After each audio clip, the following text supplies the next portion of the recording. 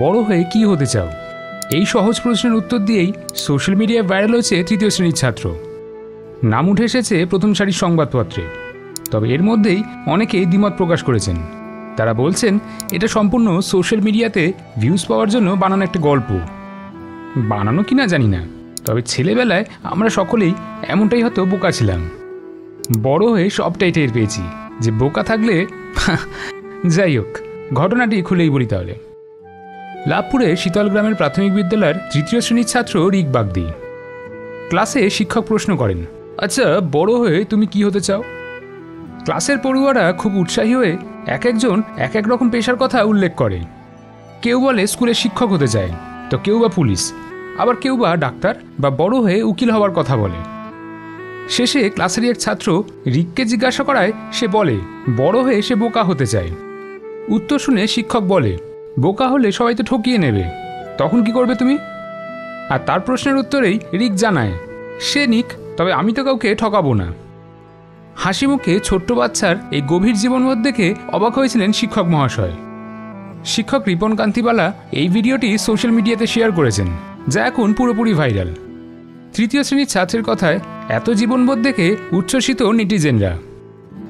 স্কুলের প্রধান শিক্ষক জানান তিনিও দেখেছেন ভিডিওটা এবং তিনি আশা রাখেন রিক বড় হয়ে দায়িত্ববান নাগরিক হবে। আসলে রিক ছোট থেকেই নির্বিবাদী, কোনো রকম ঝগড়া বা মারপিট এসে থাকে না।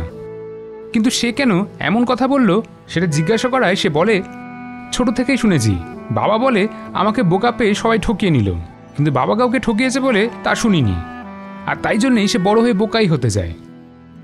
রিকের বাড়ি শীতলপুর গ্রামে। তার বাবা অভিজিৎ বাগদি পেশায় একজন দিনমজুর, মা সুস্মিতা ঘর সামলান। তার বাবাকে ছেলের কথা জিজ্ঞাসা করা হলে তিনি বলেন, ছেলে মাঝে মধ্যেই এমন অনেক কথাই বলে যা ওর বয়সের চেয়ে পরিণত। সবসময়ের কথার মানে বুঝতে পারি না আমরাও। যেখানে আজকের দিনে কেউ নিজের জায়গায় এক চুল ছাড়তে নারাজ, কিংবা নিজের ছেলেকে যেখানে সবাই টপার বানাতে চায়, সেখানে এই ধরনের কথা আবারও মনে করিয়ে দেয় যে সবাই হয়তো সমান নয়, বিকল্প সব কিছুতেই থাকে।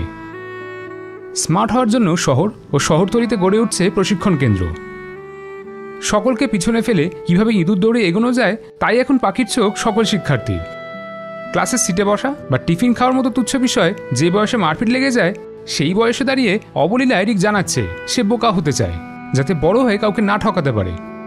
নিজে ঠকে যাবে, পিছিয়ে যাবে, তাতেও ক্ষতি নেই তার। এমন সহজ সরল মন আর দীপ্ত চিন্তাভাবনাকেই সকলে কুর্নিশ জানাচ্ছে সোশ্যাল মিডিয়ায়।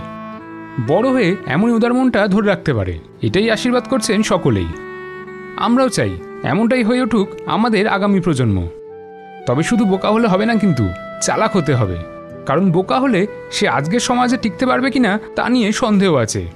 তবে ভালো মানুষ হওয়াই যায়, তার জন্য বোকা কিংবা চালাক হতে লাগে না। কেমন লাগলো আজকের এই ভিডিওটা জানাতে ভুলবেন না কমেন্ট করে। নানা বিষয়ের ওপর ভিডিও দেখতে হলে এই পেজটি ফলো করুন।